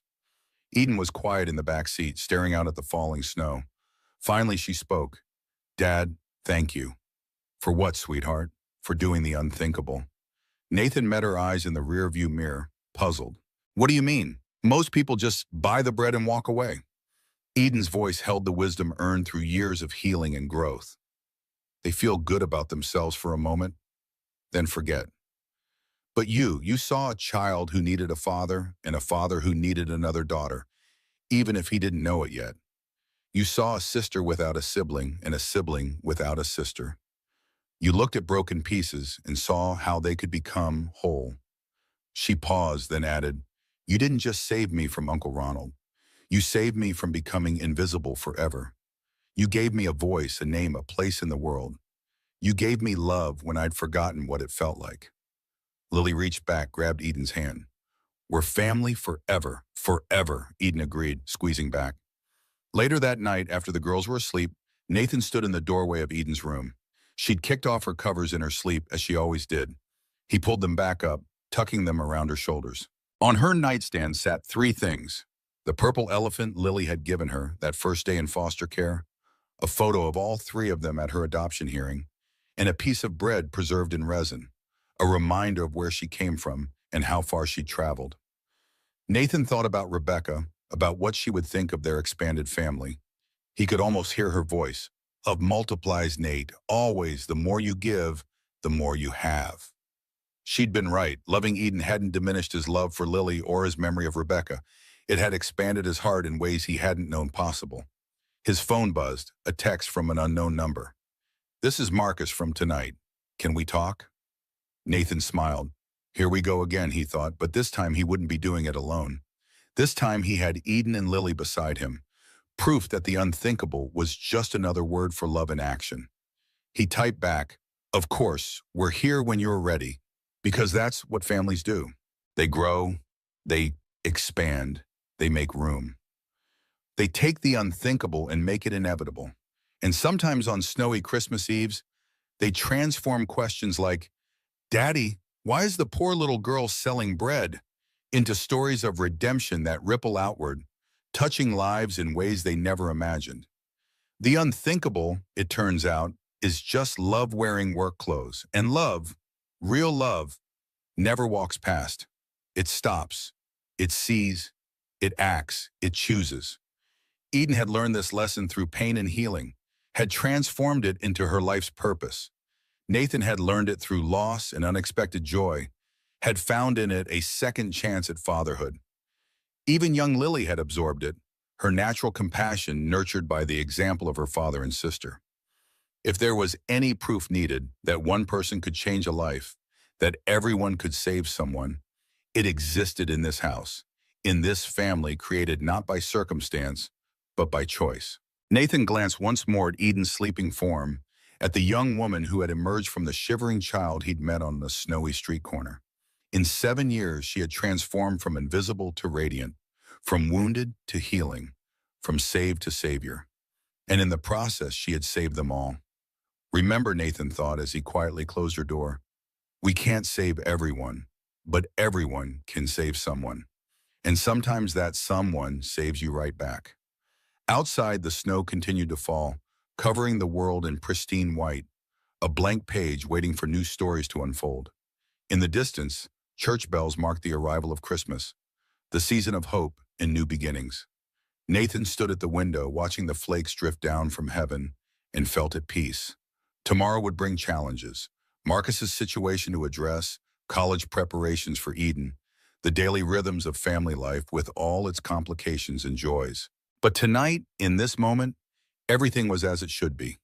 His daughters were safe, his home was warm, and the impossible had become not just possible, but beautifully, perfectly real. The bread had been given, the invisible had been seen, the circle was complete.